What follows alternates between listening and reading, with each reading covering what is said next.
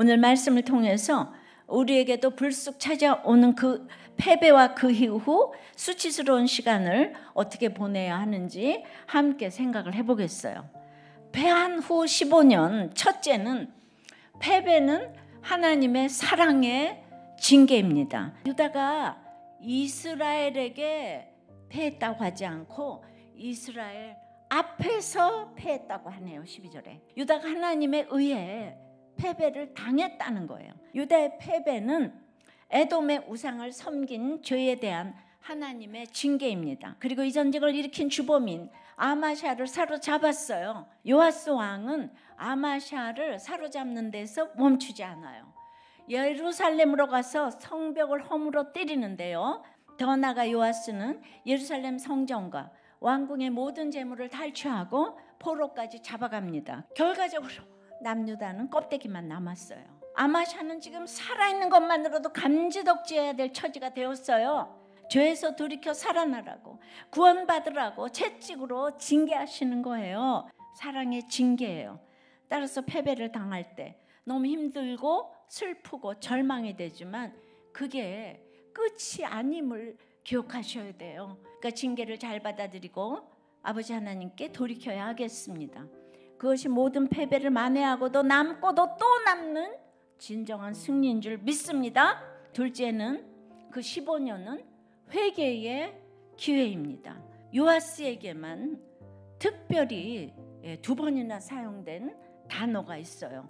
업적이라는 단어가 2번 들어갔는데 위대한 일, 큰일이죠. 문맥으로 보면 아마샤의 생존을 돋보이게 하기 위한 것인데요. 엘리사에게 양육을 받았다는 것을 강조하기 위함이 아닐까 해요. 성경은 그저 15년을 생존했다. 살아서 숨만 쉬었다. 살아있었다고만 합니다.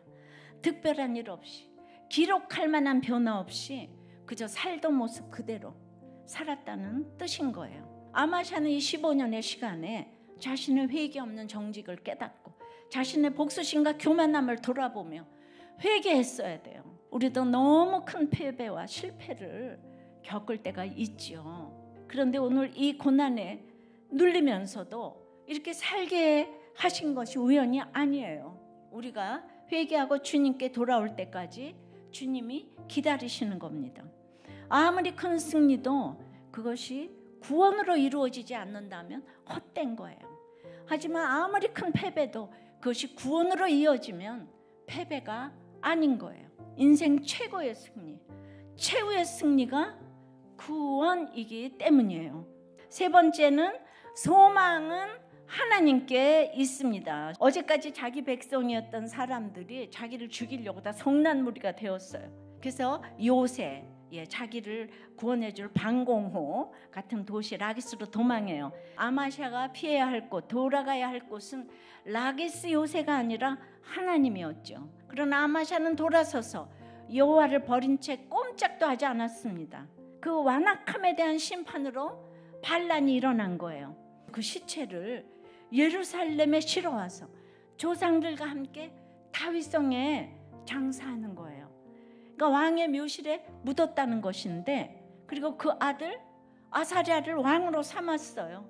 이 아사랴가 바로 우시야 왕인데요. 다윗에게 항상 등불을 주시겠다고 약속하신 하나님이 다윗 왕조를 이어가시는 거예요. 이것이 바로 우리가 하나님께 소망을 두어야 하는 이유입니다.